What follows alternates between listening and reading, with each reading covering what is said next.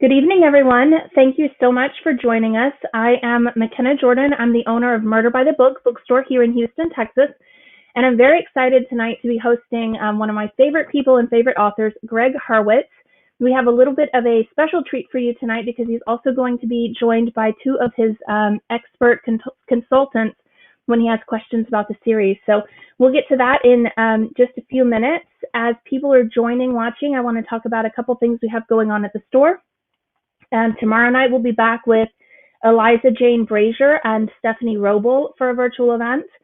Friday night, we will be here with Kate Weinberg and M.L. Rio, and we have some pretty terrific things scheduled in February. I think we have 33 authors joining us in February. We just announced signed and personalized copies of the new Charlene Harris book, and we'll have signed copies of a really awesome debut by El Cosimano that comes out February 2nd. We also have our new subscription box plan, Murder by the Box, which you can find more details out at murderbythebox.com. But it's 3 different plans.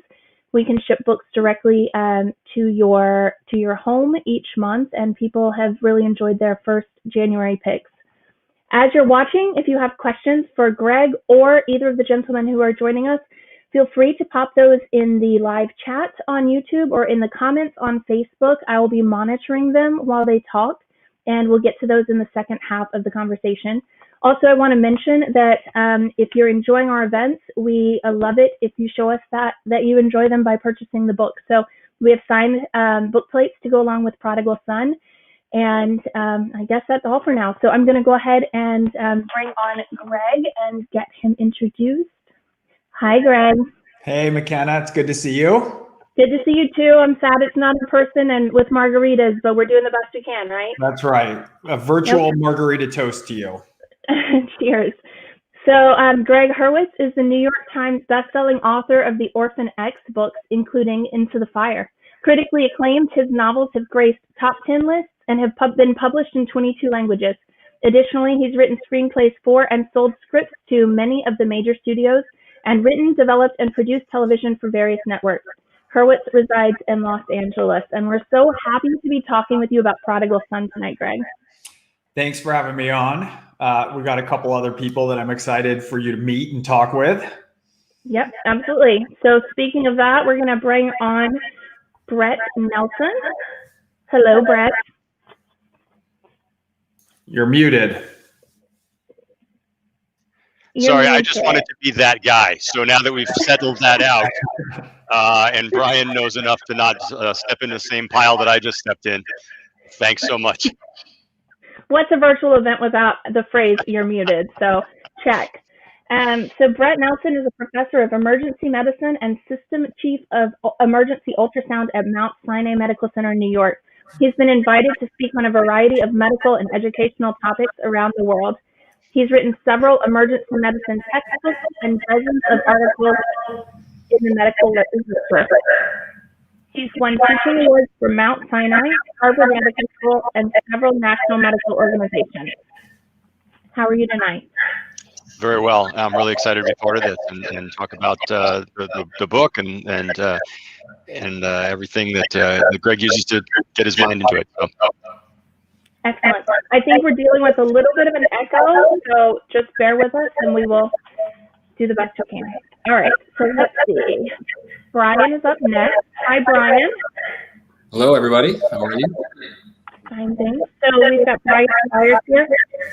He's recognized as a Certified Mindfulness Facilitator by the International Mindfulness Teachers Association and is an Authorized Teacher for the UCLA Mindful Awareness Research Center. With an undergraduate degree in Kinesiology, exercise science, and a master's degree in psychology with an emphasis on interpersonal neurobiology, Brian specializes in the body's role in developing a flexible mind and emotional intelligence. Brian provides mindfulness programs for Disney animation studios and specializes in emotion regulation and optimal performance for the FBI's hostage rescue team, as well as law enforcement agencies around the nation. He currently serves as mindfulness skills specialist and primary therapist at Westside DBT, specializing in anxiety disorders. Phew, that was a mouthful, but very impressive. Hi, Brian. I made you work hard there. You did, absolutely. Okay, so as I said, I'm going to go away I'm going to let all of you talk, and I'll be back in a little bit. Thanks, McKenna. So I'm so glad. One of the silver linings of the pandemic is that we're trying on some different events. So I'm very glad you're going to get to meet some of my favorite people and consultants. And it's also great to introduce some of you. There's a lot of people who are here from all around the country and around the world to some of my favorite bookstores. Murder by the Book is amazing. And so if you're at the event, please do consider getting the book from Murder by the Book, because these independent bookstores have been an amazing part of the community, and it's important that we continue to support them. And they're the ones who are putting on the show here tonight. And so we brought in two of my close friends and consultants. And so Bret Nelson and I go back, we were roommates together in college. Back then, Bret could diagnose us. He'd only had an education in like intro to biology, but could still manage to diagnose everything. And Brian and I have known each other now nearly 20 years. And Brian has has sort of worked in a whole variety of fields. He's been a trainer. He and I did mixed martial arts training when I was first laying out the manuscript for Orphan X. And then he eventually got into mindful awareness and meditation, which is also part of Evan's practice. And so a lot of his expertise lays over it. And so the first thing that I wanted to ask both of you is, Orphan X's second commandment, and most people's favorite one, is how you do anything is how you do everything. And it seems that there's a level of expertise and passion and perfection that you've brought to your respective fields, both of which involve a certain amount of adrenaline. Bret oversaw the emergency rooms in New York during the COVID scare, and especially during the initial COVID spike was really intense. And Brian has done a lot of fighting and training, and does a lot of therapy around trauma. And so my first question for you is, it seems like that's a fundamental principle that you guys have in your life, that you draw for your expertise from a number of different disciplines and arenas that have all stacked up. And it's one of the reasons why I come to you both more frequently when I need advice, when I need other stuff. And I was wondering if you could talk about that a little bit. How have you found that disciplines in different areas of your life have stacked up on top of each other for the field that you're in, much in the way that's of interest to me to write about? And why don't we start with Bret, and then we'll move to Brian. It's interesting, Greg. I was just actually doing a session where I was teaching with some residents and medical students today, and we were talking about this exact thing, because I was doing my typical thing where I was talking too much and harping about some concept, and we were looking at how you interpret a radiology image on a patient that's in the emergency department, and I was talking about making the relationships between the structures and identifying the anatomy in this sort of hypothesis-driven approach, which is the scientific method, but it's also how you approach medical diagnosis. So you don't look at an X-ray and you say, well, that's a lung. You say, I think that's a lung because it's next to the heart and it's on top of the diaphragm and it does this. And if it is the lung, it should do this. And you're driving this thought process and trying to come closer to the truth. And it's important to think about things that way, because we don't just think about anatomy that way. We think about the diagnosis itself that way. So I think this is a pneumonia because the patient is coughing and they have a fever. And if they have a pneumonia, then maybe they'll be short of breath or their oxygen level will be low. So this continuous sort of hypothesis-driven approach really starts to permeate a lot of different things that we do. And I think it has a lot to do with keeping an open mind and seeing things as if for the first time. I'm sneaking into a different rule, I apologize, but it's this, I think it really feeds into that second commandment of how you do anything is how you do everything. Now, and, is it a violation of the Hippocratic Oath when I call you and have to come up with new ways for Evan to kill people? As long as it's theoretical, it's totally fine. And it's as challenging, I think, for me as for you to find new ways to hurt this guy, but have him keep coming back. So, Brian, you and I have had a lot of these same calls that Bret's had, where I call you and say, I need somebody's arm dislocated. What's the form of martial arts that could get that done? And I was wondering if you could talk first about that interlay, because I think with you in particular, your practice has been, from the body, from anatomy, from training into mixed martial arts fighting, into sort of Zen Eastern thought behind that, into mindful awareness, into psychology. And all those things sort of overlap in the way that it's an essential part of what I'm trying to write about with Orphan X. And I was wondering if you could just talk about that briefly before we get into some of our sparring attempts. Well, your big mistake is briefly, but I will say that what I've come to understand, and in a way, this is kind of retroactive because I sort of knew this, but know the language around it and didn't get trained in the various disciplines that might actually inform this approach. But ultimately, everything begins and ends with mind, and even from a neuroscience perspective, cognitive neuroscience perspective, we don't even actually experience direct sensations in the body. We experience the brain's simulation of affect or the experience of the body as a construct that's a subset of consciousness, right? So how I do one thing, which is apprehend, perceive, is a direct function of my consciousness and my mind. So even perceiving my body and the shape of my body or the position my body's in is predicated on my relationship to the mind. So when we train the mind, we're able to actually notice how did this sort of happen? Each one of us shows up at some point with some level of self-awareness. Maybe it's at 10 years old, maybe it's at 15. For some of us, it doesn't happen until we're 40. But we start to realize, oh my gosh, I got here somehow, and I didn't really engineer myself. Like I didn't design my genetics, didn't choose my parents, didn't choose any of the factors of my birth, the impact of environment, I didn't choose it. All that's combining to create self and this thing called mind.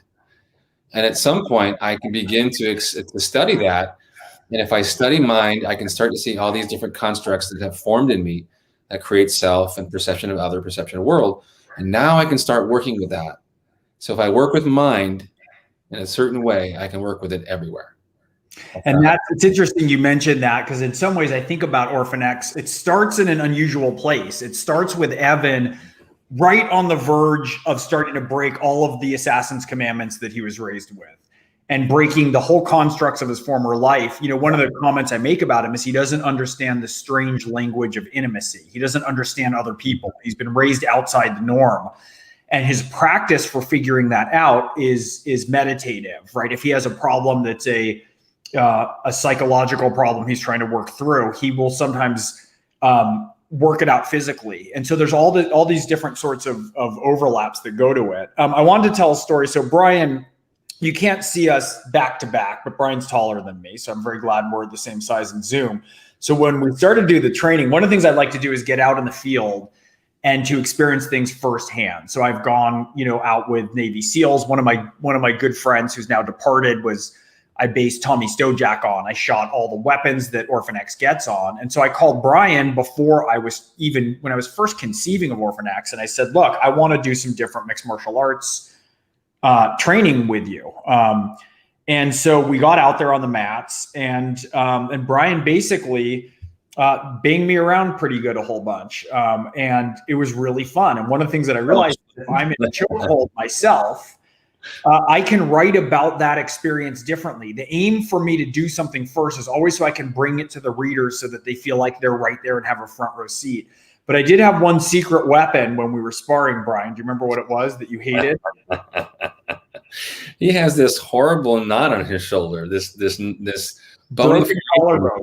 It's your collarbone. Yeah, it is horrifying. Mm-hmm. It is a horrifying knot that I think it's the acromioclavicular joint, if I'm not mistaken. And boy, he can just put that and wedge it into you, and it's really awful. It's really awful. My only move. So Brian was just dragging me and thumping me around the mat and banging me off the walls. And we're friends too, so he didn't have any insurance concerns when he was banging me around. But now and then, if I could get his head locked down, I could drive him into my broken collarbone. It was the only time he ever had a moment of I can't quite say defeat, but a moment of enough irritation for you to back off at least and spare me to momentarily delay the ass kicking. Well, the truth is the most time I really hurt Gregg repeatedly was when we would go see horror films together. And in a jump scare moment, I would somehow reflexively use my G.I. Joe Kung Fu grip and grab his thigh. Yeah, because I'm that guy, and Gregg would shoot through the ceiling and get really pissed off. So I think that probably left more of an indelible mark than anything else. So Bret, have I caught you in bad circumstances when I've had to call you and work out an injury or some horrible pain infliction when you're either on rounds or working with other doctors? Like, what's the worst situation I've caught you in as we're working out how to maim, injure, or murder somebody? Yeah, it's funny. We will often discuss things in between when I'm seeing patients at work, and it is the opposite sort of conversation: how I can get people into trouble as opposed to getting them back out of trouble, or how we can figure out a way to make someone incapacitated on a temporary basis, and then they need to be fine again by the end of the book.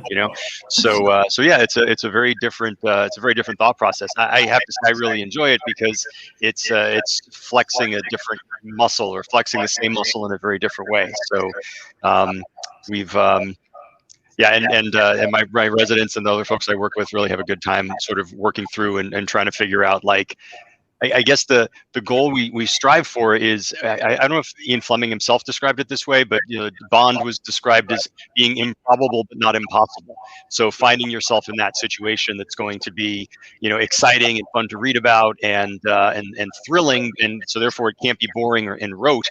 But if you pull too far away from reality, then you lose people. So it's funny. I stretch myself that way. One of the things that is part of Evan's training, I've realized I inadvertently had to mirror it, because when Jack gets him when he's 12 years old, he says, your job's going to be to learn a little bit about everything from people who know everything about one thing. And so it's very interesting. So, I'm fortunate to have an expansive Rolodex and friends like you who have you were an easy part of the Rolodex. It wasn't like when I have to get somebody who is, in the big show presidential detail for the Secret Service or something, where it's further afield from the relationships. But what I always want to do is figure it out. And so it's funny because I've had these long conversations with Brian about fight sequences. That's way more than what can put in the book, right? Or if I ask you a question about, how a tension pneumothorax needs to go, you'll give me a whole long breakdown. And the sort of what my job is, I always think about, is to plug into the depth and range of your expertise and the whole field of it. But the research has to be an iceberg that's sort of lurking under the surface, and the tip of the iceberg is what has to make it in. And so one of the things that's a value with both of you is I can give you we've worked together now on a lot of Orphan X books, and I can give you a set of details that are fictional, and we can kind of cut to the pieces that I need. So it's a great shorthand to keep kind of working on those things and working through them. Brian, what for you has been the most, like, what's the part when I call you that you like talking about more? Is it the fighting? Has it changed from the fighting to the mindful awareness conversations that we have? Like, because I've noticed in my own writing of Orphan X, I used to I couldn't wait to get to the action sequences. And what's really interesting is increasingly now here I'm on book 6, which I'll talk about in a moment. And I'm loving like the interpersonal dynamic stuff, like the meditation stuff. So it's interesting how my interests are sort of shifting and evolving as the character does. And I was wondering if there's something similar. Do you like talking about that more? Or do you still find like it's all the way the same up and down between mindfulness and the mixed martial arts?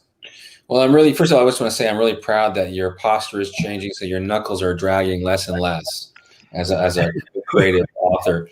You're standing upright. You're having that Homo sapiens inspiration, which is great.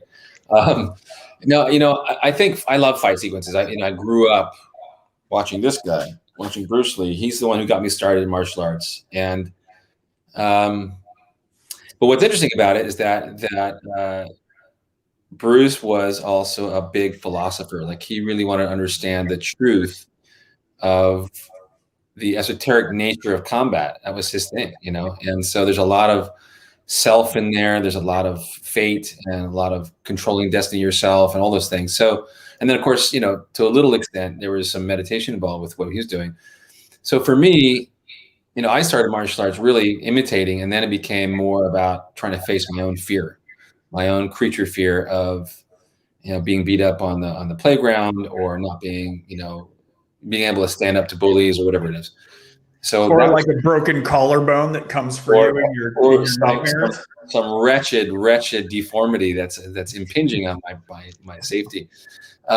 So I would say that as much as I love fight scenes, I think one of the things I love about your writing is that you always there's nothing gratuitous about what you do. It always expresses the psychological nature of Evan. And that's really important to me for the things that I watch or read for entertainment. And so I would say that my evolution has always been rooted in psychology, and it's even more now in states of consciousness that allow for peak performance, but also allow for humanity. So one of the things that the first time I trained the hostage rescue team, it was really striking that they were, first of all, really avid students. They get to have, they're training when they're on for 3 months at a time. They're training 7 days a week, and they get the best of the best to come and visit them. Just like kind of you interview the best people for your research, they get the best teachers to come on every scale. And so we're dumping all this latest interpersonal neurobiology and mindfulness research and training. And then during the breaks, though, I had several guys, one at a time, seek me out privately to ask, like, hey, how do I switch this shit off when I come home and my kids aren't looking at me because I haven't been around, or I'm not there? Or how do I've already lost my family to divorce. I don't want to do that again. So this whole question of the relationship piece, which is one of the reasons why I specialize in interpersonal neurobiology, because it's about this recognition that the brain and body are wired for resonance and attunement, and that in order for intimacy, that strange language, I have to be able to build a model of someone else's mind in my own mind. And that's right. I can't do that. I can't connect, right? So that part gets me really excited, because it's about that peaceful warrior who's doing something for the sake of the greater good, but doesn't totally have to sacrifice himself to do it. Yeah, I feel like he's got his face up to the glass, and he's looking at other people leading ordinary lives and in ordinary relationships that he himself can never have because of the way he was raised. And so the one thing he can do still is to see if he can protect for them this ordinary kind of life that he himself can't have. He can at least intervene when that's being taken away from them. Mm-hmm. Well, I want to thank you both for coming on. I'm going to shift to talking a little bit about Prodigal Son, but stick around in case there's questions about mixed martial arts, mindful awareness, or how to kill somebody with a drinking straw, which Bret Nelson, I think, has killed more people than any other ER doc in the Mount Sinai system. So thank you guys both. So those of you who read Into the Fire know that ended. Where Evan was at the end of that was he was thinking about basically retiring. He's forged an informal pardon with the President of the United States. The previous President of the United States tried to cross Evan, and it didn't go as well for him. So basically he is left alone in some ways, and he's off on his own. He's trying to figure out what he wants to do with the rest of his life. And so at the end of Into the Fire, or as he's about to launch off, he gets a phone call, and the woman on the other end of the phone says, "Evan, it's your mother." Now, having been raised in a foster home, he never knew his mom. He never knew his dad. He doesn't even believe that this is really somebody who might be his mom. And so, but he's curious. And the phone number originates in Buenos Aires. And so if he's going to do anything as the Nowhere Man or as Orphan X, it's going to put his informal pardon at risk. He's not allowed to do anything. If he pops up on the radar anywhere, the US government will go after him again. And so he makes a decision. Look, I'm just going to fly down. His curiosity is piqued, and he's going to see who this woman is and where the call originated from. So he flies down to Argentina, and he sees this woman. He has her cell phone signal. She emerges. She's got a low-brimmed hat. He catches a glimpse of her. He's not sure. Dusk is falling. She goes to Recoleta. That's this incredible cemetery. It's like a miniature city of mausoleums. He's threading through. She has certain bodyguards around her who, break off and confront Evan, and it doesn't go necessarily well for them because Evan's Evan.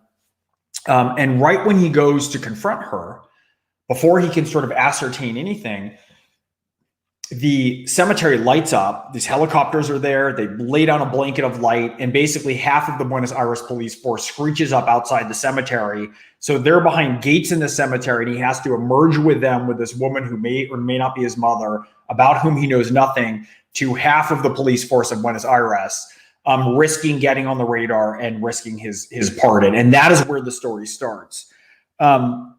And part of this book, it was really important for me that we reach back into Evan's past. It's the first time that we're going to see inside the foster home where he grew up. There's a number of scenes that take place there.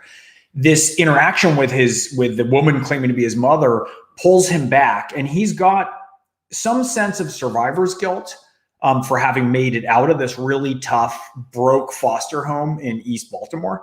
But he's also got a lot of shame that surrounds that because he's gone on into this life, and most of those guys are kids who were, dead on overdose, in prison, or working jobs that are brutal, scraping by. And so that sense of the poverty and the shame of his upbringing, he has to go back and sort of dive into it. But at the same time, the current intrigue that he's pulled into by the person he has to help keeps escalating, and it keeps escalating up to higher and higher levels of power. It gets involved with some military technology that I always like to look into technologies that are about 4 or 5 years in the future, things that are viable and that we will probably see. And there's some sort of terrifying stuff that he gets into. So as the story stretches down more personally and back to his past, it's also escalating up ever more powerfully and forcefully into these, highest levels of power that he finds himself entwined in.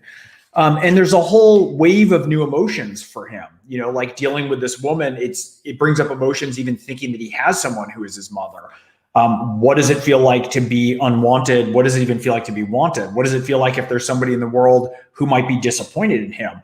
So these commandments that he's lived his life by and governed are sort of falling apart in the process of him trying to do this. Now, some of this military technology has a basis in Silicon Valley, which is where I grew up. And in one of the giant homes, there's fairly decadent, hedonistic parties that take place among the founder circle of the billionaires up and down Sand Hill Road. And so Evan follows a clue, and he wants to see this reclusive tech visionary in his house. And he goes through the house. He's looking about the house, and he comes across a room, and there's like drugs in different rooms. There's some orgies in different rooms. And he goes into a room, and there's a guy who he sees called Rishi with 2 other friends. And there's a young woman in there who looks clearly uncomfortable with a couple of other young women. And Evan asks if she needs his help. And she sort of says, no, I'm fine. Leave me alone. And he exits. He goes and does what he needs to do, navigating his way through the party, having a conversation with the founder. And on his way out, he sees this young woman, and her shirt is torn, and she clearly looks like she's been roughed up, and she clearly got in over her head. And he walks her out to the truck, and he puts her safely in his truck. And it turns out that she was violated by the men who were in this particular room in the house.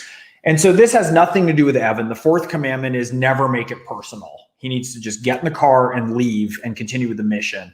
But it doesn't suit his fancy. It doesn't rest well with him the way that this young woman was treated. And so he gets out of his truck instead of leaving and heads back to the party. And that's the brief scene that I'm going to read now. Cutting through the crowded foyer, Evan brushed against a party goer and lifted a stainless steel ballpoint pen from his shirt pocket. It slid free smoothly. Climbing the stairs, he thumbed the tip off and dropped the spring and ink refill from the barrel, so all that remained was a smooth metal tube. He headed up the 2nd floor hallway, stepped inside the room.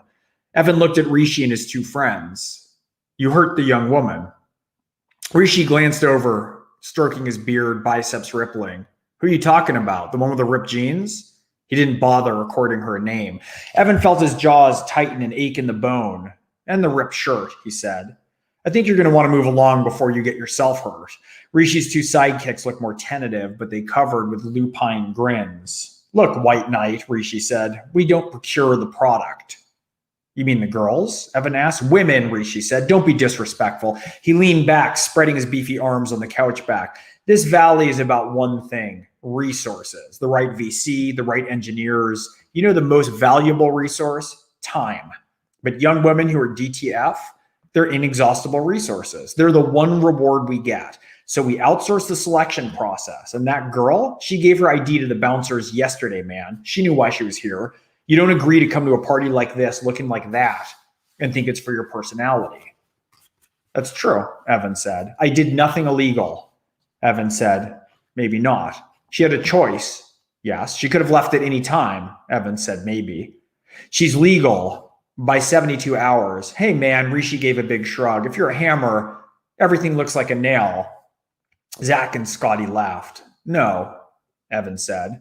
How would you know? Rishi said. Because, Evan said, I'm a hammer.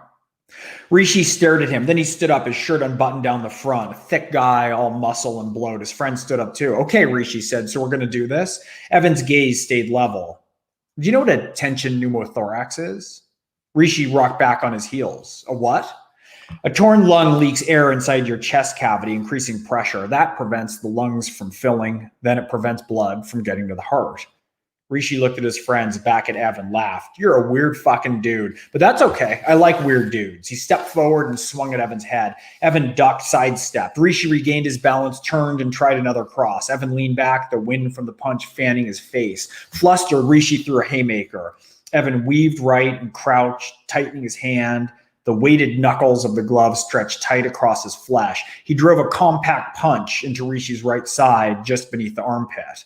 There was a pleasing pop, and then Rishi drew in a screeching breath. Evan pulled himself upright, looked at Rishi. For a moment, they were eye to eye, and then Rishi toppled to a knee. He clutched his ribs, mouth guppying. Your lung is collapsing right now, Evan told him. I punctured it with your 6th rib. That drowning sensation, it's from negative pressure building up in your chest cavity. It'll get worse. Rishi fell back onto his rear end, his legs squirming on the carpet. His friends looked on in horror. You will suffocate from this, Evan said. Unless. He fished the stainless steel pen tube from his pocket, held it up. Zach and Scotty watched him, their pale faces bathed in sweat. Evan flipped the tube at them. Zach bobbled it, but managed to hang on. An emergency chest decompression. Evan stepped forward. Excuse me.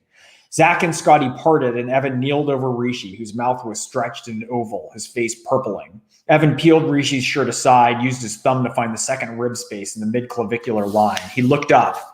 Come here. Scotty fell to his knees. Put your finger right here. No, here. Scotty complied, his hand trembling. You need to punch the tube through into the chest cavity to relieve pressure, Evan said. Tears dotted Rishi's cheeks. He waved his head back and forth, clawing the carpet, lips struggling for words. He mouthed, do it. Do it. One of you probably should, Evan said. Decide amongst yourselves, because I'm not going to. As Rishi thrashed from side to side, Zach and Scotty started shouting at each other, fumbling the pen tube back and forth. Evan stood up, looked down at Rishi. His eyes bulged, the sclera pronounced. You could have left at any time, Evan said. You had a choice until you didn't. He walked out, Zach and Scotty still locked in a panicked argument behind him. He just reached the stairs when a bellow of pain rolled down the hall, Rishi's breath finally coming back online. So that's that. You can see that that's an example of where I called Bret and asked him about which is the best rib to strike if you want to get a tension pneumothorax. So we used his expertise there. It looks like we're back online. We've got the gentleman here, Brian. Brian, is that your 5th scotch? All right. And should we get some questions going? Are there any questions from the crowd? McKenna, you're muted.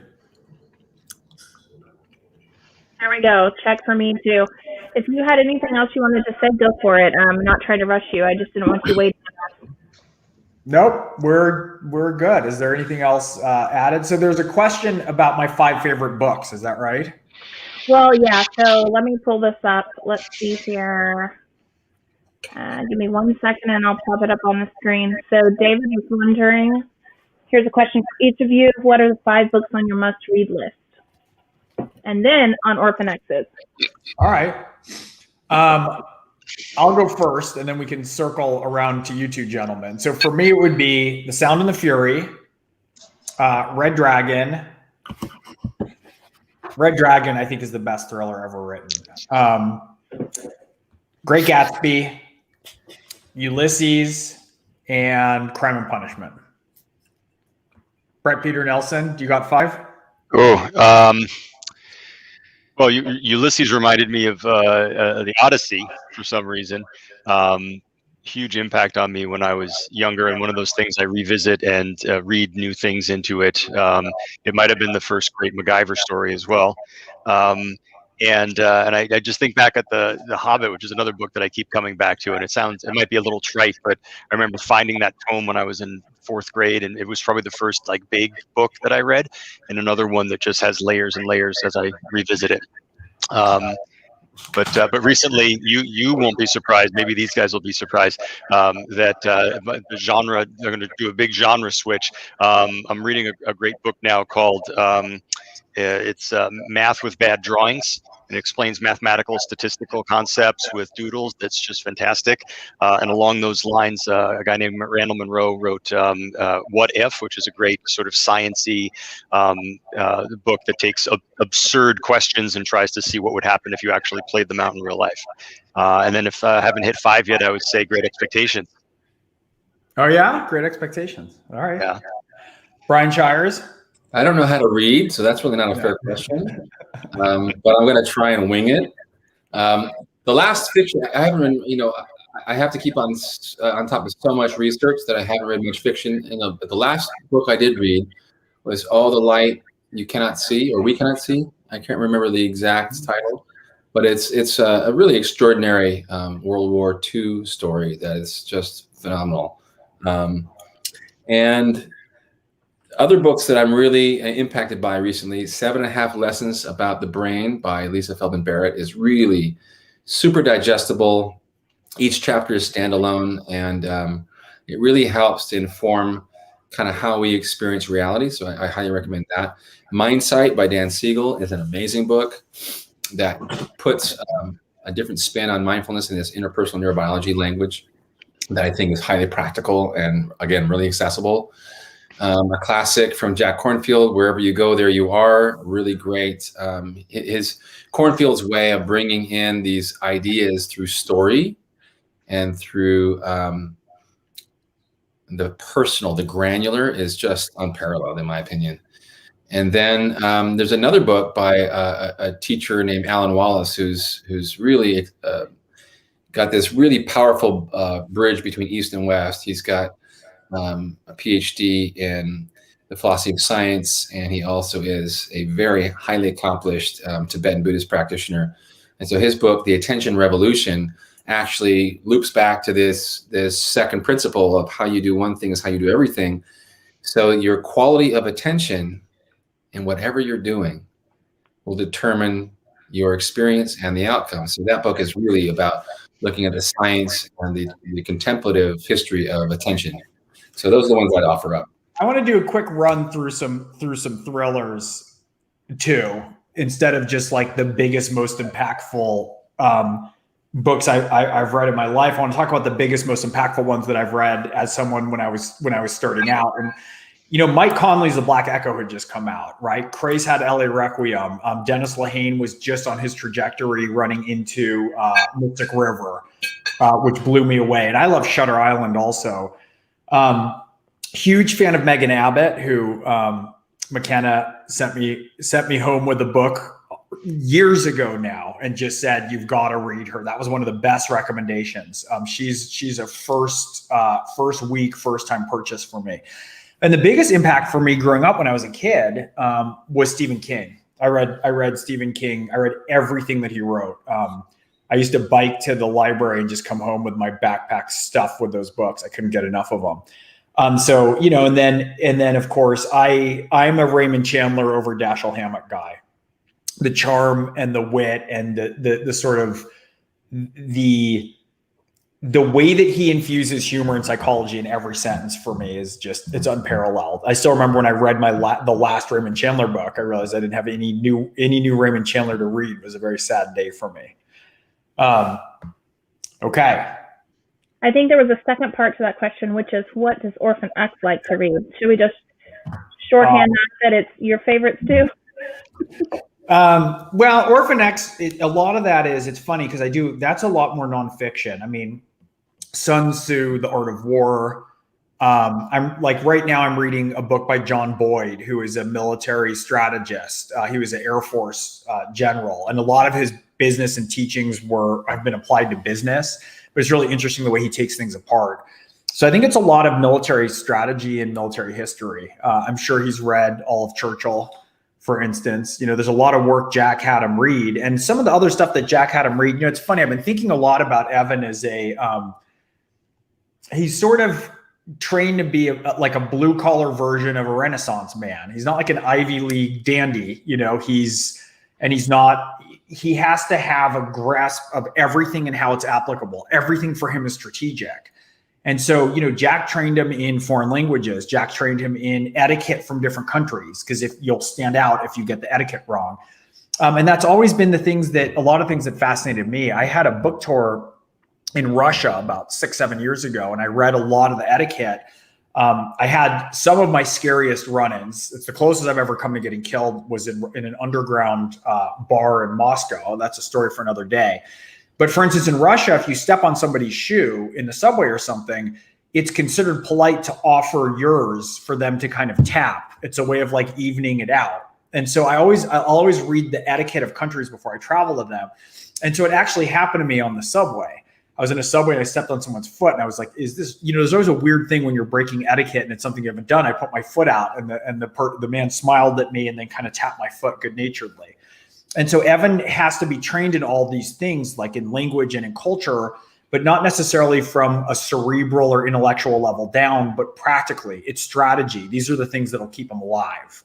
And so it's been an interesting thing for me to approach all these different fields from, viewing everything as strategic imperatives. Yeah.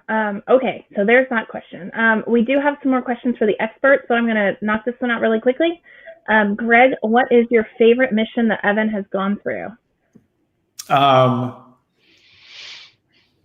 I'd say there's two. Boy, it's so hard to choose. My homage to The Day of the Jackal in Out of the Dark, where Evan squares off against a highly corrupt president of the United States, was my favorite mission he's gone on in terms of scope. Prodigal Son, in terms of the balance of the size of the mission and the intrigue and the action and the menace that he's involved with, and the way that it burrows back to his past and to that foster home. And we even meet Charles Van Sciver, who we haven't seen since Hellbent, in that foster home. That version, that's my favorite sort of psychological journey, because it's all about him going back and backwards into himself. And there's a match in the forward action in that regard. Awesome. Bret, what was the worst thing Gregg ever asked you to discuss medically? Oh gosh. Gregg, was it you? I think we've had some discussions about like how long someone might be conscious before they would eventually die when they're injured, or there's some morbid things that we went into, some of which made it into books and some of which did not. I think that can a decapitated head still see for how many seconds after the decapitation? Yeah, that might have been you. Yeah. It's strange. There's like a dark part of my life where it's you or like the malpractice attorneys that I not for myself, thank goodness, knock wood, but if I do consulting for legal consulting as well, it's there's some dark stuff that comes up. I think it really the stuff that hinges on life and death is probably the most challenging and darkest places we wind up going. I do in a weird way. I prefer talking about when your protagonists are injured, because I know they'll be okay in the end. And even though I get to peek behind the curtain, I still feel, as any other reader feels, like I want everything to be all right. So if you're asking me about a bad guy, I know this is not going to end well. But that's true too. You helped stitch Evan back together. So you're online. You do some good fictionally too. You're not just a menace. And Bret, Sarah has a question for you also. It's long. It's going to block the screen if I put the whole thing up. But essentially, do you ever answer questions for Gregg and explain them, and then they're changed in translation when he writes it, and it's not exactly right? That should be for Bret and Brian. Oh, yeah. So what a great question that is, because I think I've been on both ends of this now, where like, look, the internet makes its rounds where there's somebody on television who's intubated and the tube's in backwards, or there's just some stuff that like makes you break that suspension of disbelief because it's so egregious, and it would break anybody's perhaps. And then there's some stuff that like there's like the hardcore niche sort of fan base that realizes like that's a continuity thing, or it wouldn't really work that way in my shop, and that's I don't see a lot of what Gregg writes as like procedural drama sort of stuff, where if it's not following by the textbook of whatever genre he's in, it's incorrect. So yeah, there's times when we'll have a discussion, and especially earlier on as we were collaborating on stuff, it would be easier for me to kind of go far afield and want to talk about the medicine and talk about the science because I'm interested in it. Now I think we have a much better back and forth because I can see much more clearly about what he's getting after, and how the medicine, believe it or not, these are not medical textbooks. I'm offended, but they're not, right? So it's supposed to drive a narrative. It's supposed to drive a plot point. It's supposed to get someone from point A to point B, not medically, but metaphorically, if you will. So yeah, there are lots of things that change. Is the air bubble a good example? I'm not giving things away. So for example, one of the question was like, how can someone with no weapons, go into an ICU and kill someone? And I think it's even a part of common, layperson's understanding that if there's an air bubble in the intravenous line, that could kill you. Well, the reality is you have to inject a lot of air into someone's vein in order for that to be deadly.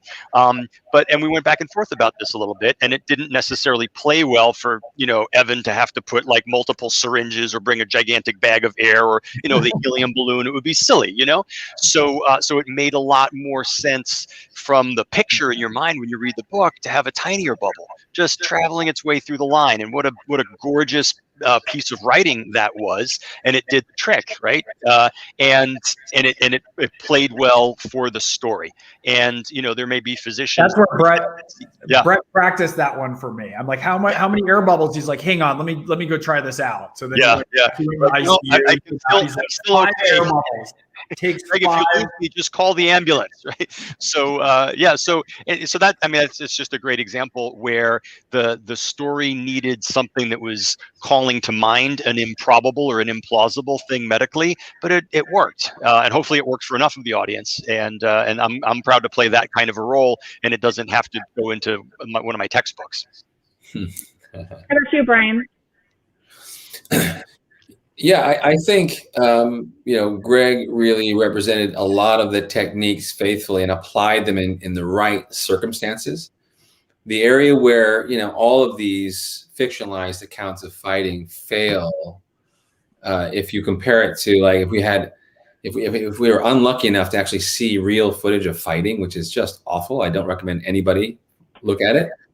It's just so messy and sloppy, and it's hard to come away looking like you really know what you're doing, no matter how good you are. It's so, human bodies are so unpredictable. There's a lot more, the effect of adrenaline in terms of mitigating impact pain and tissue damage is formidable.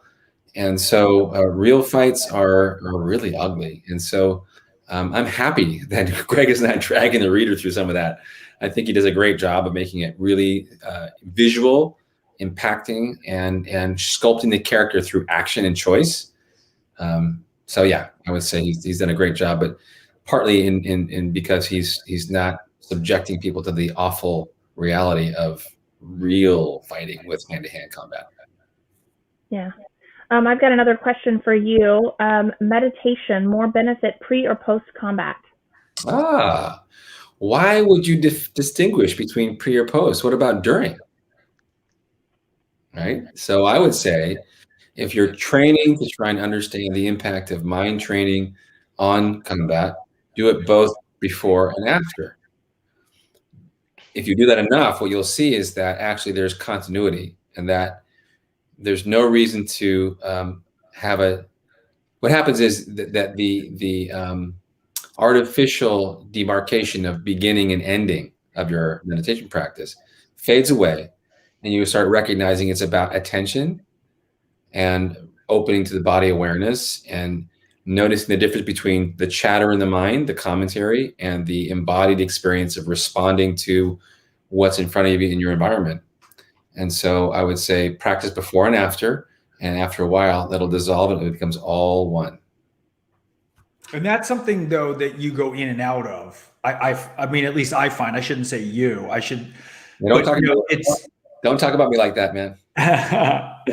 You, of course, with your multiple degrees. But I mean, I feel like there's a space that one can find where you're embodied in the practice, and then you'll get knocked out and not even realize it. And then you have to get back in. And I feel like it's a sort of a lifelong practice to try and achieve that. No.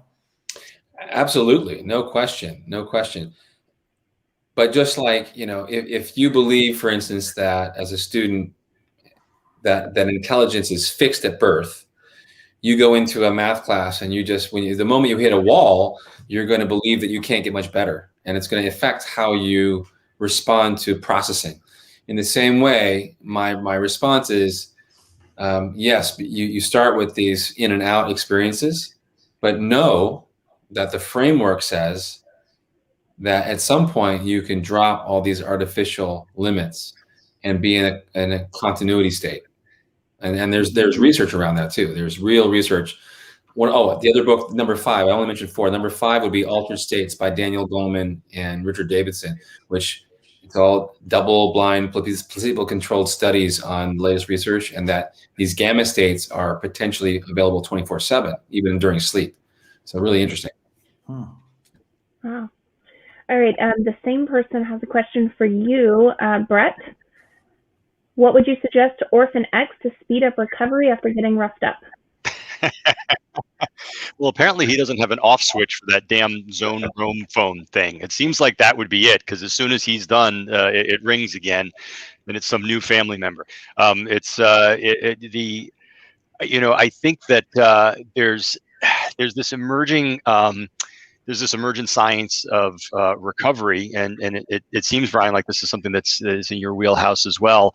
And some things go in and out of fashion, but rest and sleep have been around for several millennia as a way to recover.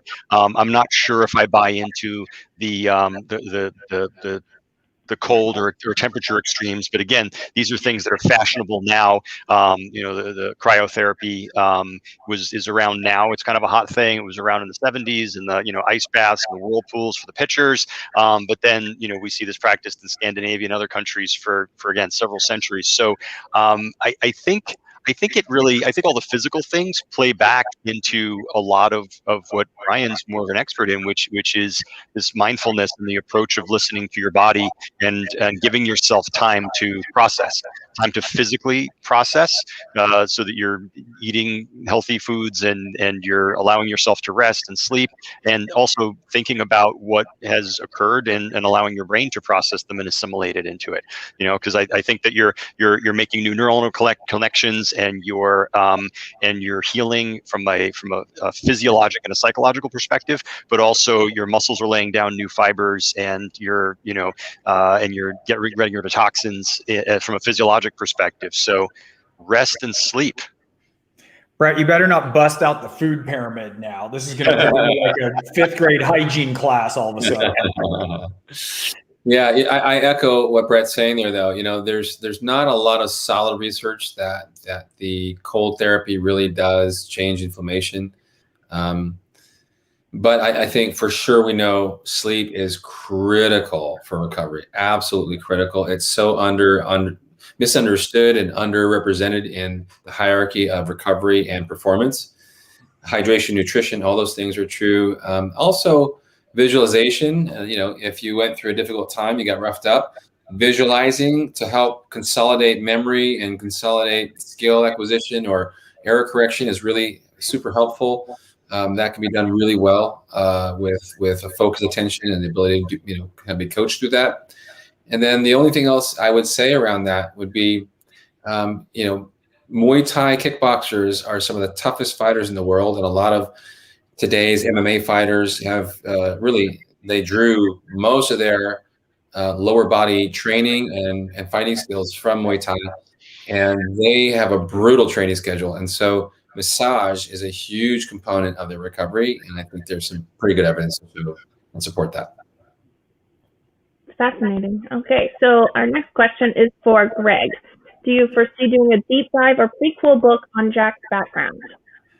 The thing that's been so great for me writing Orphan X is this whole universe is there. I mean, I just went and did a pretty long short story featuring Joey called The List, Josephine Morales. And so I feel like everything is open in a certain way. I mean, this is the first time I've gone back to the foster home to really see that piece of Evan's past and his upbringing in those formidable years. I'm certainly open to doing that with Jack. I like having Jack in the books in different ways. He weaves in Evan's memories. He weaves in sometimes as a voice that Evan hears. So yeah, I would certainly, that's something I think that could be really interesting, is to have a story that shows him in his formidable years too. All right. Another technical question. Evan's death, freezing, revitalization, and the Nowhere Man actually possible?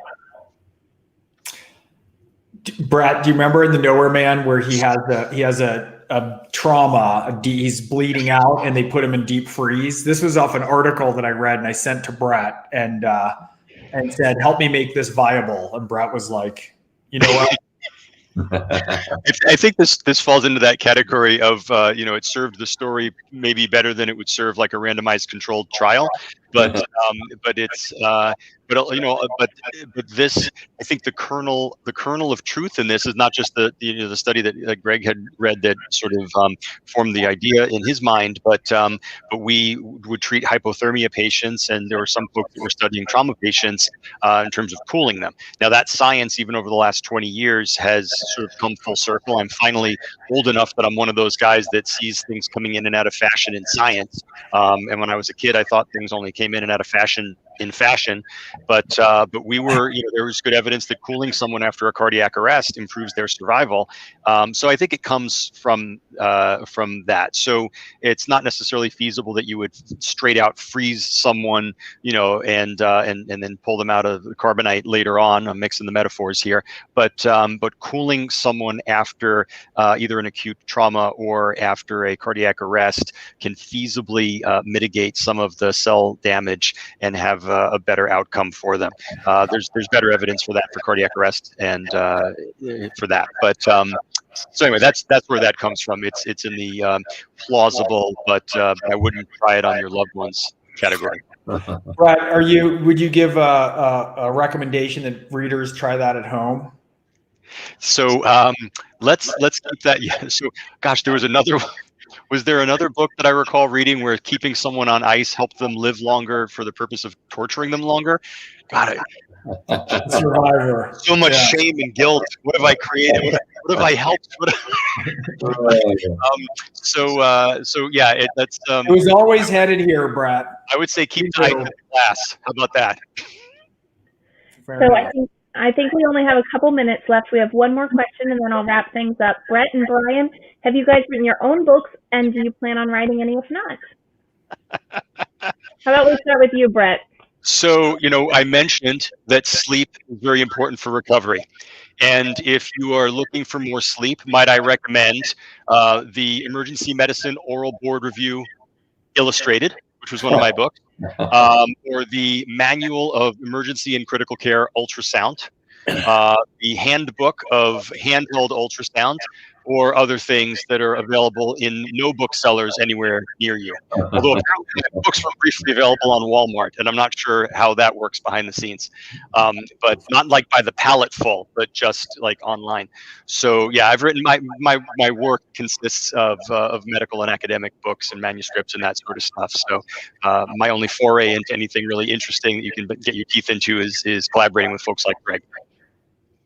How about you, Brian?